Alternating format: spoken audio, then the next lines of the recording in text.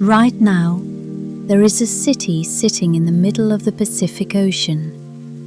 Buildings, apartment blocks, a school, a hospital, a cinema, all of it completely empty. No earthquake destroyed it, no war touched it, no disaster wiped it out.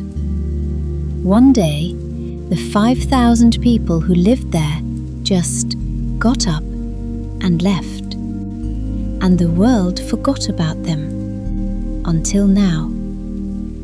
This is Hashima Island, and tonight I'm taking you inside it. Let me paint you a picture.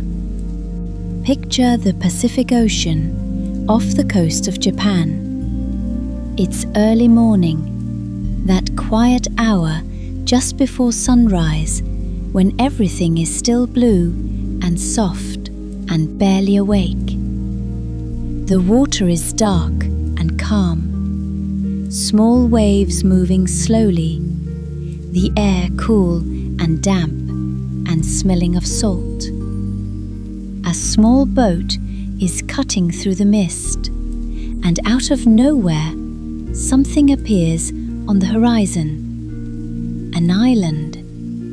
But not the kind of island you're imagining. Not green and warm and full of birds calling to each other in the trees. This island is covered in buildings. Tall grey concrete apartment blocks rising straight up out of the water. Crumbling. Dark windows staring out at the sea like empty eyes. Walls stained by 50 years of rain and salt air.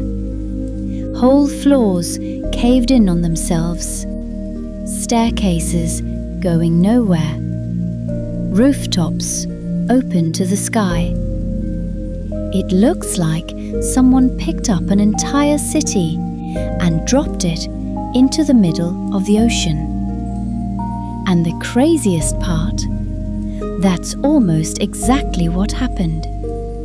This is Hashima Island, about 15 kilometers off the coast of Nagasaki, Japan. A tiny piece of rock, barely bigger than a few city blocks, completely surrounded by deep, dark water on every side. People call it Gunkanjima, Battleship Island, because from far away, with its high concrete walls and its dense cluster of buildings rising up against the skyline, it looks exactly like a massive warship pushing through the sea. Right now, tonight, while you're lying here, Hashima Island is out there in the Pacific.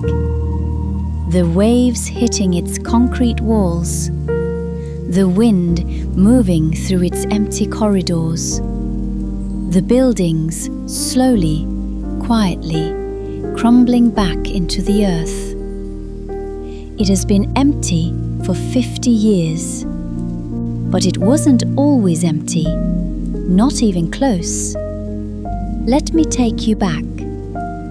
It's 1887. Japan is changing fast.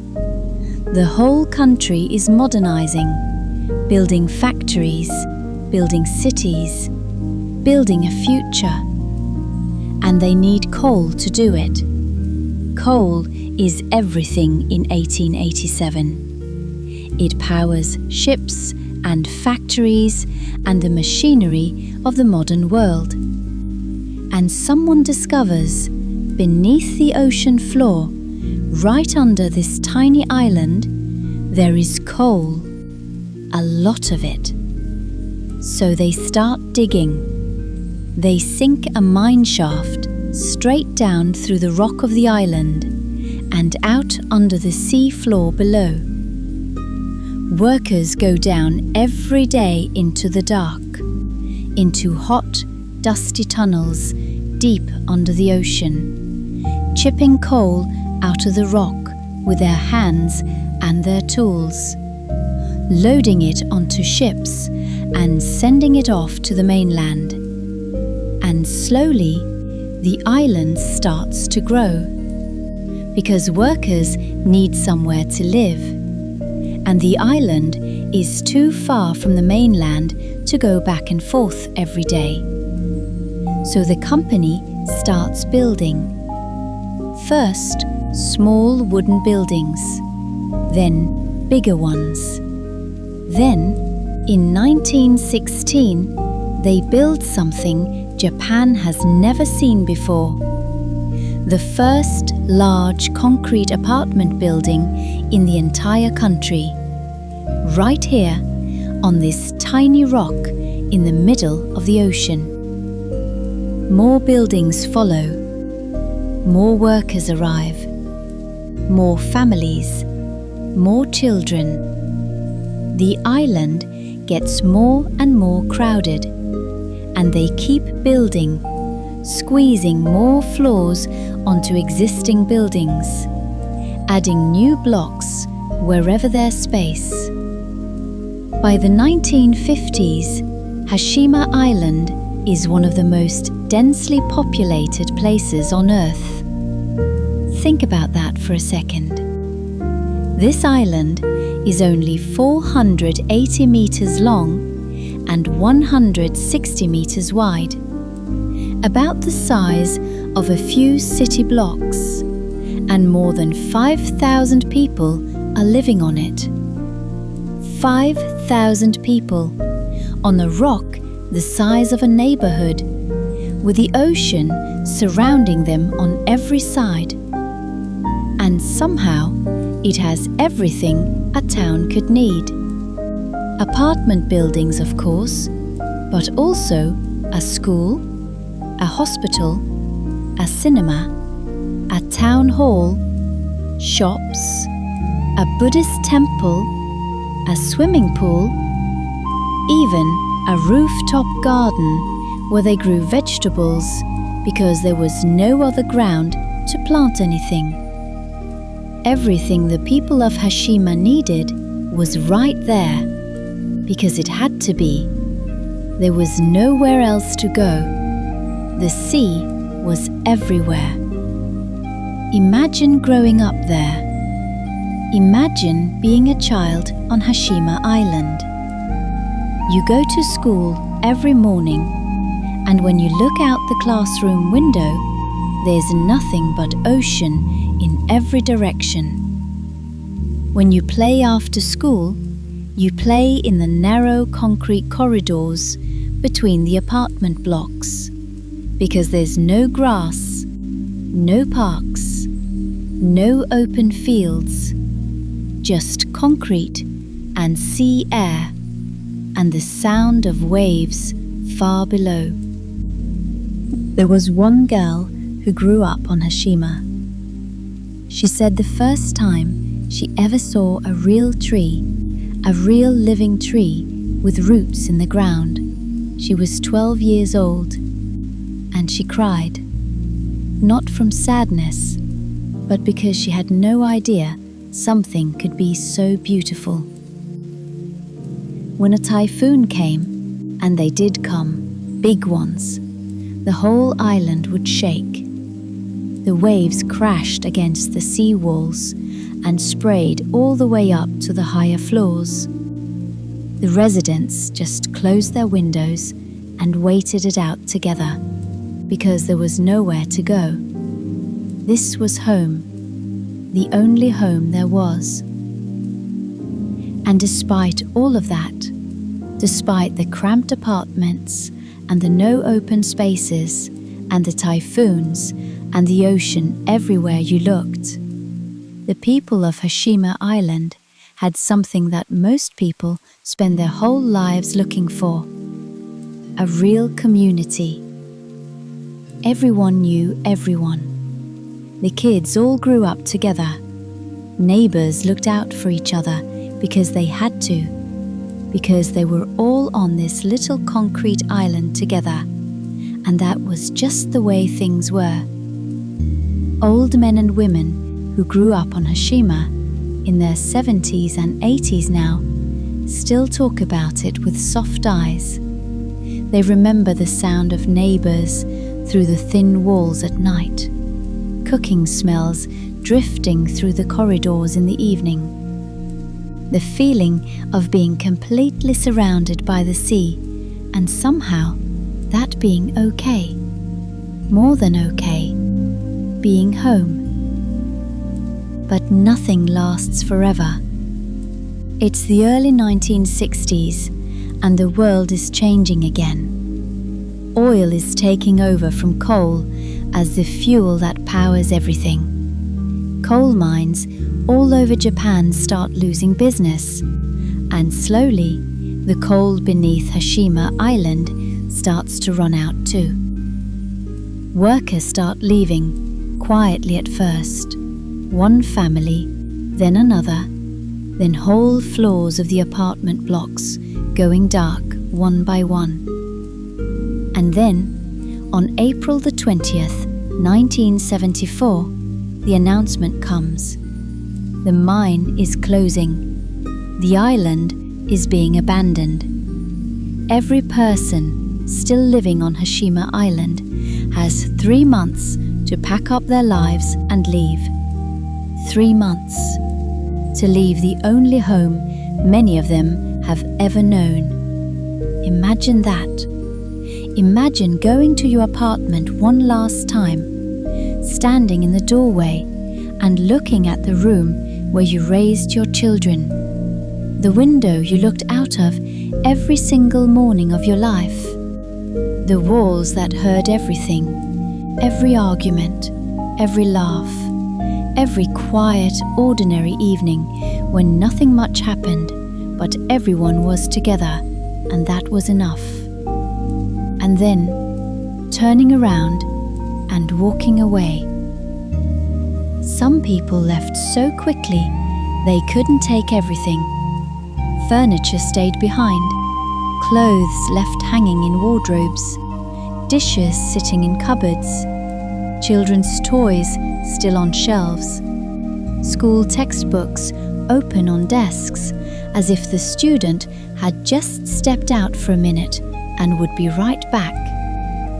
And in one room, deep in one of the apartment blocks, explorers found something nobody expected. A meal still sitting on the table, chopsticks resting on the bowl, like someone had just gotten up to answer the door and simply never came back to finish eating.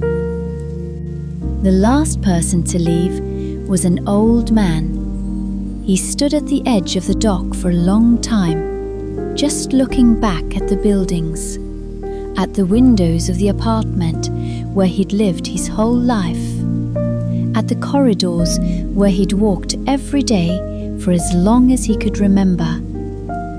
Then he got on the boat and didn't look back again.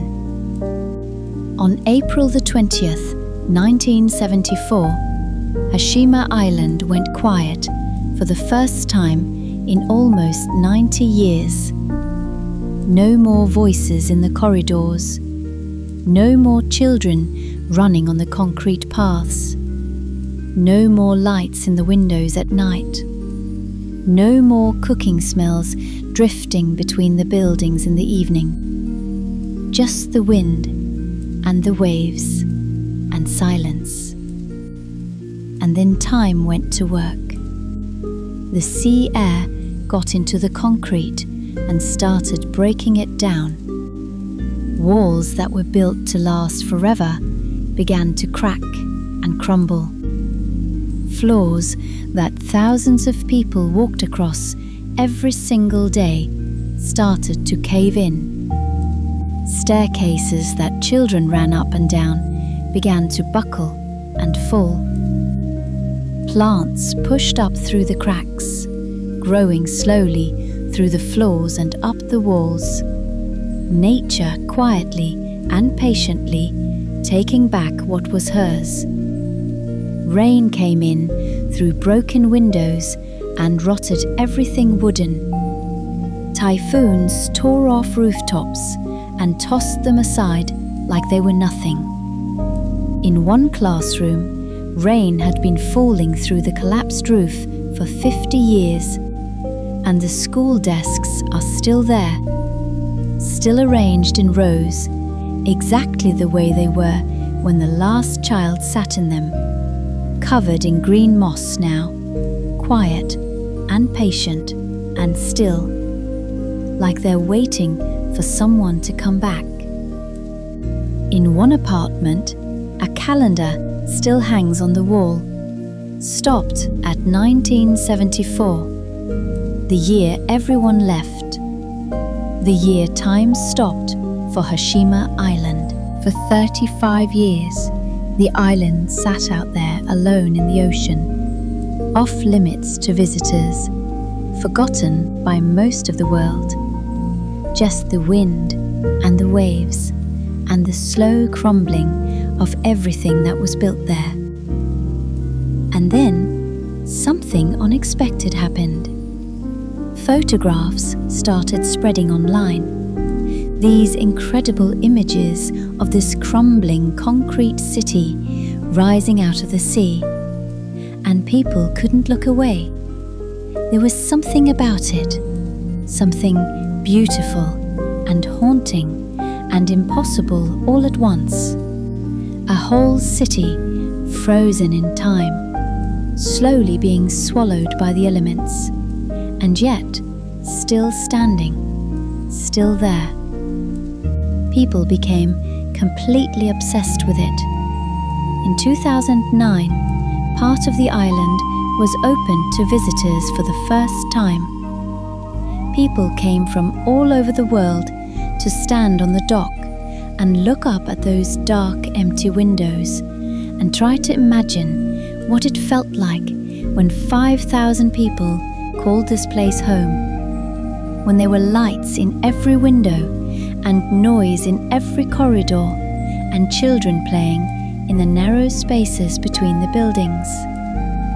And in 2015, Hashima Island was named a UNESCO World Heritage Site, one of the most important places on Earth.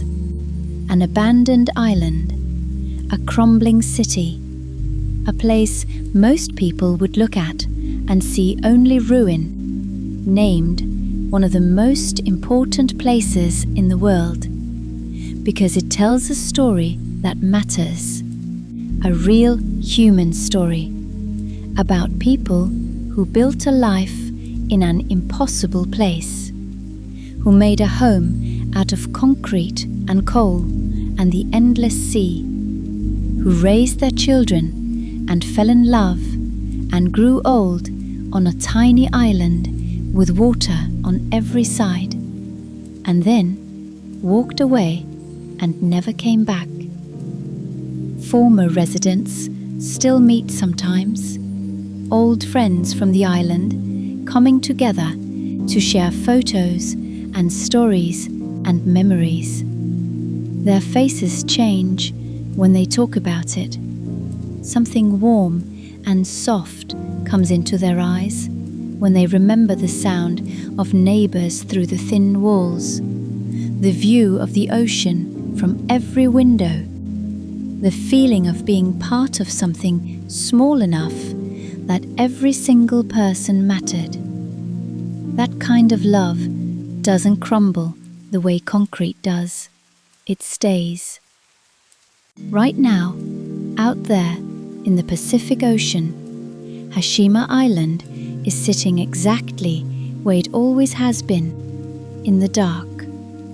The concrete settling slowly, the plants growing quietly through the cracks, the sea air moving through the empty corridors where thousands of people once walked and laughed and lived, still there, still standing, in its broken, beautiful way.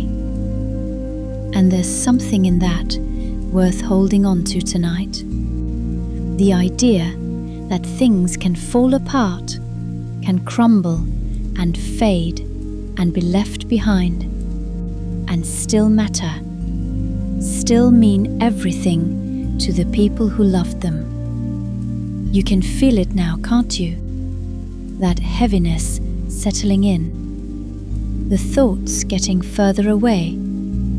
The day slowly losing its grip on you. Let it go. You don't have to carry today through the night. Whatever happened, whatever you are still turning over in your head right now, it can wait until morning. Right now, there's just this, the quiet, the dark, the story settling around you like dust in an empty room. You're not on a concrete island surrounded by ocean. You're not out there in the wind and the cold. You're here, safe, still, warm, exactly where you're supposed to be. Hashima Island is out there in the dark, still standing, still beautiful in its broken way. And so are you. The world can wait. Everything can wait. Just let yourself go quiet now. The way the island went quiet on that April morning in 1974. Slowly, gently, one light going out at a time, until there was nothing left but the wind and the waves and the beautiful, peaceful silence. That's where you're headed now, into the hush. Good night. I'll have another real story waiting for you when you come back.